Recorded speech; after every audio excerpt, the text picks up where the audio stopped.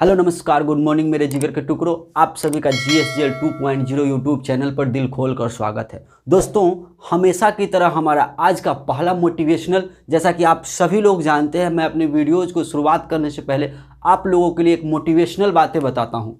तो दोस्तों, असंभव वह नहीं जिसको हम कर नहीं सकते।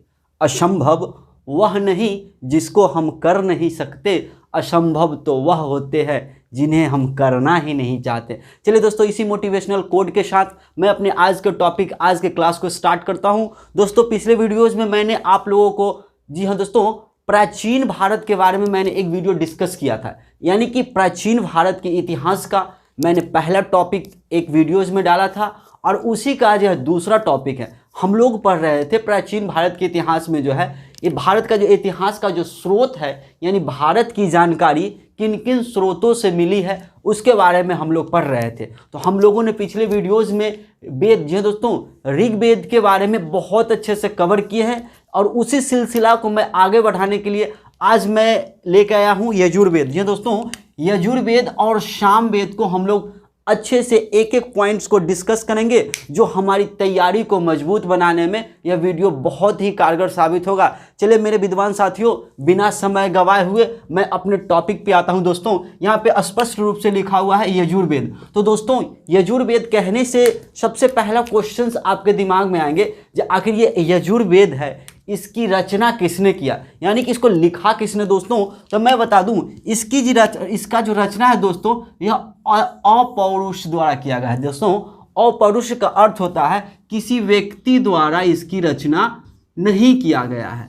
यानी यजुर्वेद जो है, इसकी रचना कोई व्यक्ति द्वारा नहीं किया गया। तो भाई किया किसके गया, किसके द्वारा इसकी रचना की गई? तो इसकी रचना जो है स्वयं भगवान द्वारा किया गया है। और मैं बता दूं दोस्तों, क्योंकि अगर वेदों को बात की जाए, वेदों की, तो वेदों की जो रचना है उसको वेद व्यास जी द्वारा किया गया है। यानी महर्षि कृष्णद्वैपायन वेद व्यास जी द्वारा वेदों की रचना की गई है। लेकिन अगर 4 वेद होते हैं, ऋग्वेद, यजुर्वेद, अथर्ववेद और एक और वेद होते हैं दोस्तों, ऋग्वेद, यजुर्वेद, अथर्ववेद और एक दोस्तों सामवेद। तो इन चारों की रचना जो है किसी व्यक्ति द्वारा नहीं किया गया है, इसे हमें ध्यान में रखना है। चलिए दोस्तों, हमारा आज का जो टॉपिक है दोस्तों, यह यजुर्वेद से संबंधित है। तो मैं बता दूं, यजुर्वेद एक ऐसा वेद है जिसमें गद और पद दोनों हैं। अर्थात दोस्तों, इस वेद में गद की भी रचना है, मतलब मंत्रों का भी उच्चारण है, और उसके व्याख्यान के बारे में भी स्पष्ट रूप से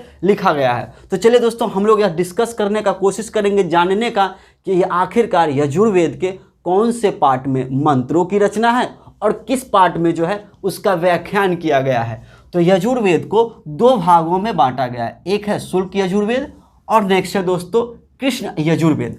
अगर मैं कृष्ण यजुर्वेद की बात करूं तो इसमें जो है केवल और केवल गद भाग की रचना हुई है। अर्थात दोस्तों, जो कृष्ण यजुर्वेद है उसमें वे सारे बातें इसमें बताए गए हैं जो मंत्रों का व्याख्यान है, यानी उसके सारे डिस्कशन के बारे में जो है वह कृष्ण यजुर्वेद में बताया गया है। और दोस्तों, मैं बता दूं आप लोगों को दोस्तों, शुल्क यजुर्वेद जो है दोस्तों, शुल्क यजुर्वेद में केवल और केवल मंत्र, जी हाँ दोस्तों, मंत्र का ही उल्लेख किया गया है। अर्थात मंत्रों का उच्चारण शुल्क यजुर्वेद में और इसका व्याख्यान जो है दोस्तों यह कृष्ण यजुर्वेद में है।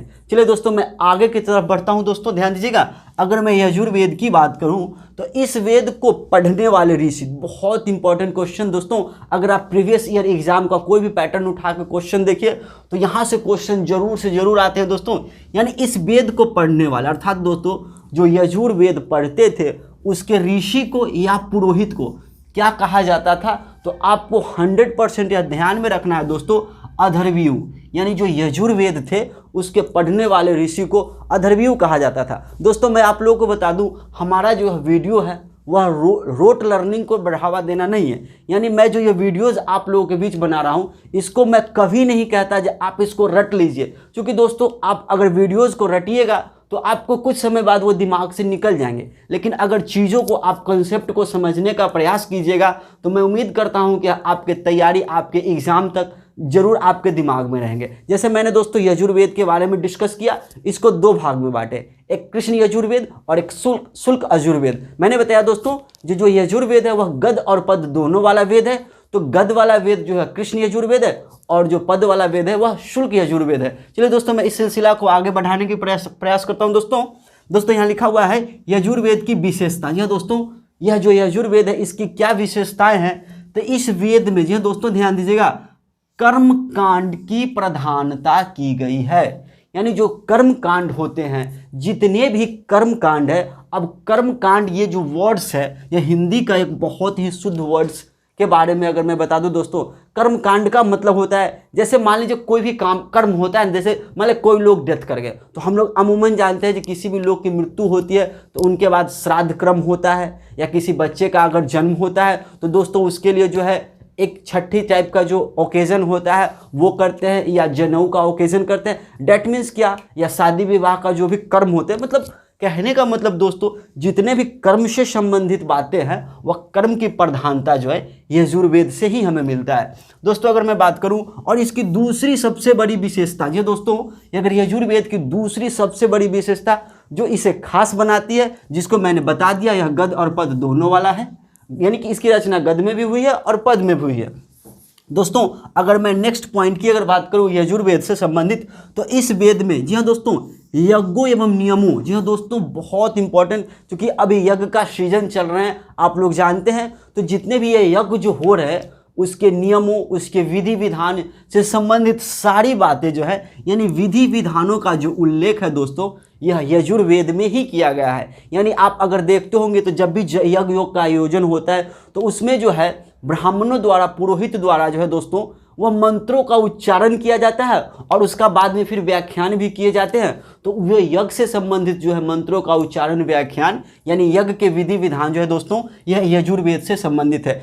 इतना जो टॉपिक है हमारे एग्जाम के लिए सफिशिएंट है, हमें पूरी वेद को नहीं ज्ञान ग्रहण करना है दोस्तों, क्योंकि हमें जो है एग्जाम को क्वालिफाई करना है और हमें अपनी नौकरी लेनी है, इसीलिए हम उसी टॉपिक पे फोकस करेंगे और उसको समझने का प्रयास करेंगे जो हमारे एग्जाम के लिए इंपॉर्टेंस होते हैं। चलिए दोस्तों अगर मैं नेक्स्ट वेद की बात करूं तो दोस्तों नेक्स्ट हमारा है सामवेद। जो दोस्तों यह सामवेद जो है जिसे भारतीय संगीत का जनक कहा जाता है। पहला ही क्वेश्चन और बहुत इंपॉर्टेंट क्वेश्चन, यानी भारतीय संगीत का दोस्तों जनक किस वेद को कहते हैं, तो सामवेद को कहा जाता है। दोस्तों अगर मैं बात करूं दोस्तों, अगर साम का अगर शाब्दिक अर्थ की बात की जाए, साम का अर्थ होता है दोस्तों गान। शाम का क्या अर्थ होता है दोस्तों, गान, अर्थात सामवेद जो है गाई जा सकने वाली ऋचाओं का संकलन है। संकलन कहने का मतलब एक जगह एकत्रित किया गया है, यानी जो ऋचाएं लोग हैं वह गाई जा सकने वाली ऋचाओं का क्या किया गया है, संकलन किया गया, इसीलिए इसे सामवेद कहा जाता है और इसे भारतीय संगीत का जनक भी कहते हैं। दोस्तों अगर मैं सामवेद की नेक्स्ट पॉइंट की बात करूं तो इस वेद में कुल जो है दोस्तों 1549 ऋचाएं, यानी कि 1549 ऋचाओं का उल्लेख मिलता है। दोस्तों इन ऋचाओं में वर्णन देवी, यह दोस्तों इन ऋचाओं में वर्णन देवता सावित्री, यह दोस्तों ये 1549 ऋचाएं हैं, इसमें जो वर्णन है बेसिकली रूप से वह देवता सावित्री के बारे में वर्णन किया गया है।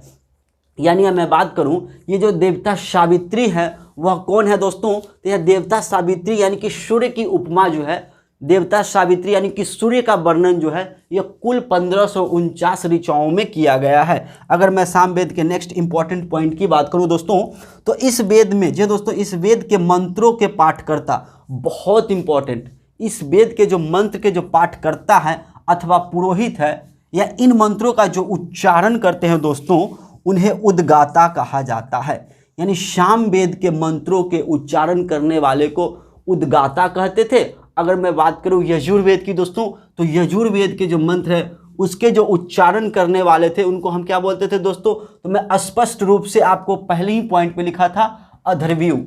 यहाँ से हमारे दो क्वेश्चन स्पष्ट क्लियर हो गए दोस्तों।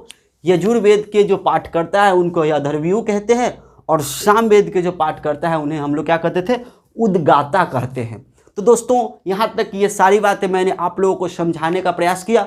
और दोस्तों मैं इस चैनल को अपने जो GSGL 2.0 यूट्यूब चैनल है उसको मैं कभी सब्सक्राइब करने के लिए किसी भी विद्वान साथी को नहीं बोलता हूँ दोस्तों, लेकिन आपका कम से कम यह दायित्व बनता है दोस्तों, क्योंकि मैं यह मेहनत आप लोगों के लिए ही कर रहा हूँ दोस्तों।